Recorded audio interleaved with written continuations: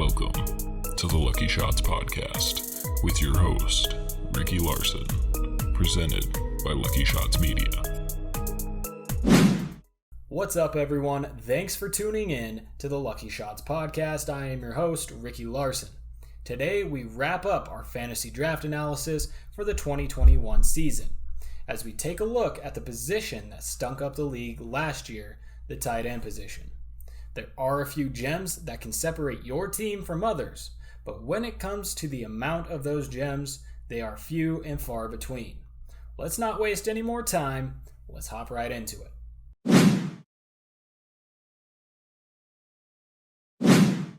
When it comes to this position, there is one guy who stands out from the entire rest of the pack, and if you can pick him up, there is no way you will lose the tight end matchup from week to week.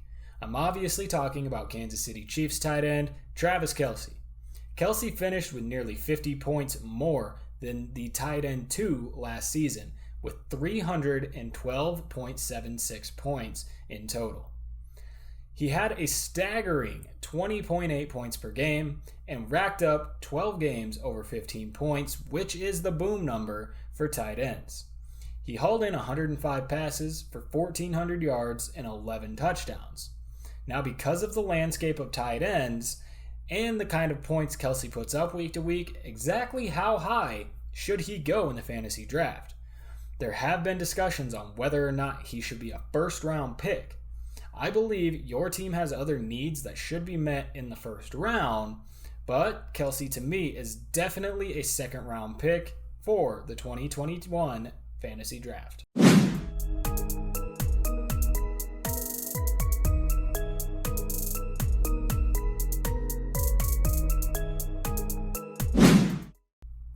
Number 2 on the list is a guy who could have kept up with the top tight ends last season had he not been injured.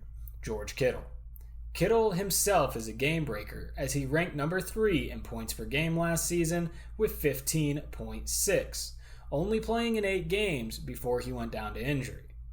In years previous, 2018 and 2019, Kittle had 80 plus receptions in both years, 1,000 yards in both years, and 5 touchdowns in both years. 2021 should be more of the same with him back on the field and healthy. The only concern is whether or not it will be Jimmy Garoppolo throwing him the ball or Trey Lance, who the 49ers drafted. Either way, Kittle is a huge target and will be a healthy dose of points for your fantasy team.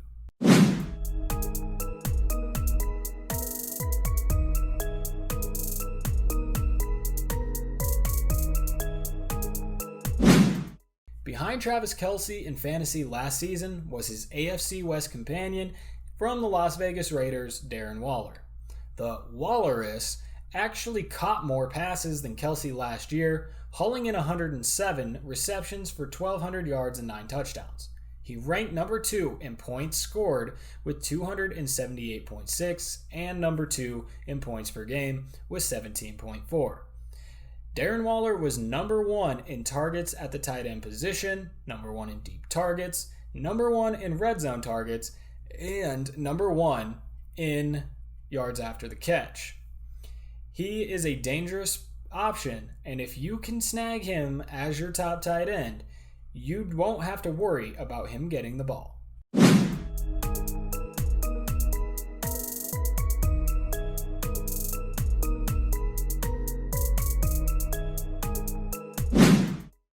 Although he is on a team that struggled to throw the ball last season, Mark Andrews was still a top tight end option in 2020. He ranked number 6 in total points with 170.1 and 4th in points per game with 12.2. He had only 58 receptions for 700 yards, but he did catch 7 touchdowns, which is always a plus for fantasy. Andrews isn't a tight end that I am in love with, only because of the situation he faces with Baltimore's passing game. If that can turn the corner this season, Andrews will be a dangerous option at tight end.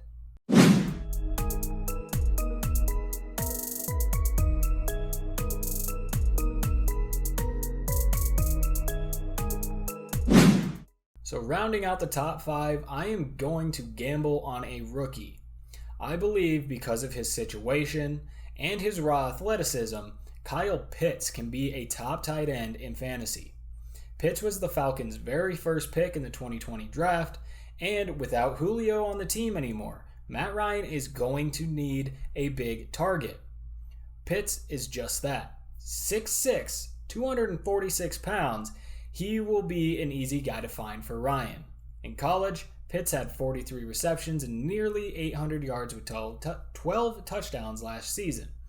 I think this can translate into his role in Atlanta, and he will be a valuable option for your team.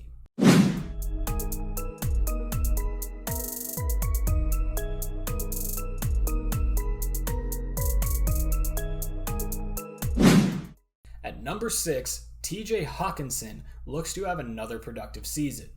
Last year, he had 67 catches for 723 yards and 6 touchdowns, finishing 5th in total points with 175.3 and 7th in points per game with 10.9. Hockenson has a new captain of the offense, Jared Goff, so we will have to see if that production continues. There again aren't a lot of options at tight end, and Hockenson's average was over 10 points per game last season, and that is something that you will have to hope for at this weak position.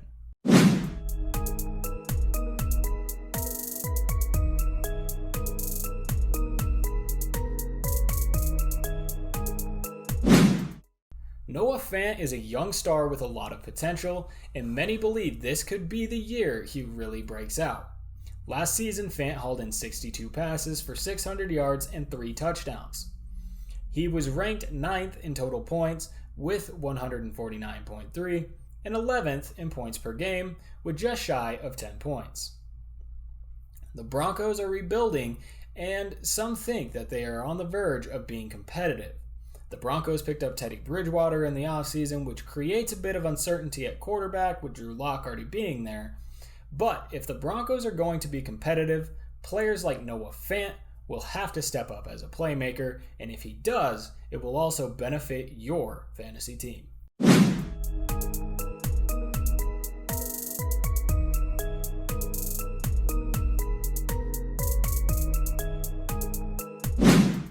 After being retired, then coming back from retirement to move to Tampa with Tom Brady, and then winning a Super Bowl, Rob Gronkowski is looking to come into this season even better than he did last year. We saw as the season went on, Gronk became more involved and slowly returned closer to form. He ended the year with 45 receptions, 623 yards, and 7 touchdowns to lock in the number 8 rank in total points. He also averaged 9.3 points per game to rank in the top 15 for wide receivers. Tampa looks more or less the same as they did last year, and you may be able to expect more of the same out of Gronkowski this season.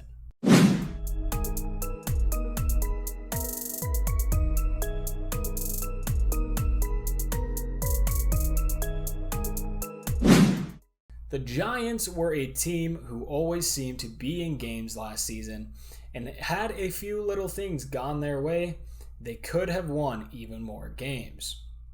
One person who stepped up for the team was Evan Engram, who ranked 15th overall in total points with 141. He averaged only 8 points per game last season, pushing him into the bottom of the top 20. Engram caught 63 passes for 654 yards and 2 touchdowns, and it seems that if he can get more touchdown targets, he could become valuable week to week. With the addition of Kenny Golladay to the team, the Giants may look to pass the ball more, which can only benefit Engram in this fantasy season.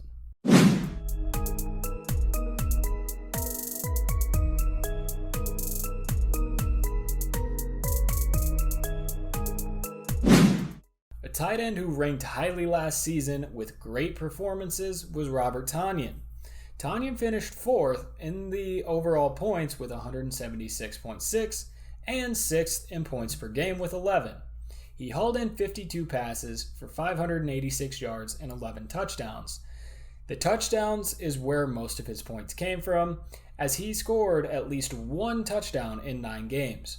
The only problem that I have with Tonyan is that this season, Davante Adams will start healthy, taking up a lot of the targets, and Allen Lazard will also be healthy. If Tonyan can continue to get efficient targets and convert passes into touchdowns, he will still be valuable in the tight end position.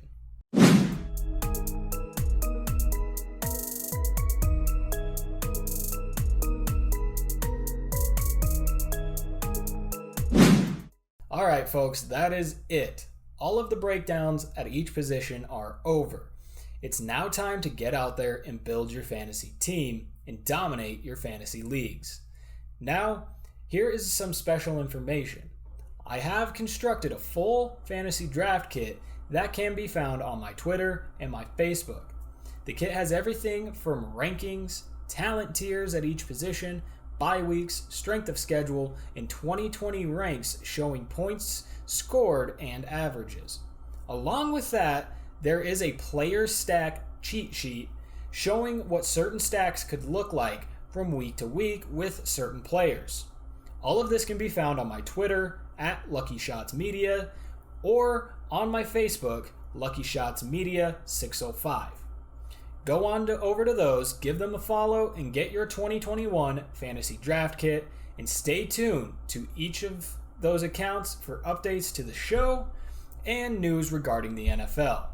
Until next time, I am Ricky Larson. Thank you for joining me. We'll see you next time. Brand new banger. Thank you for listening to the Lucky Shots podcast.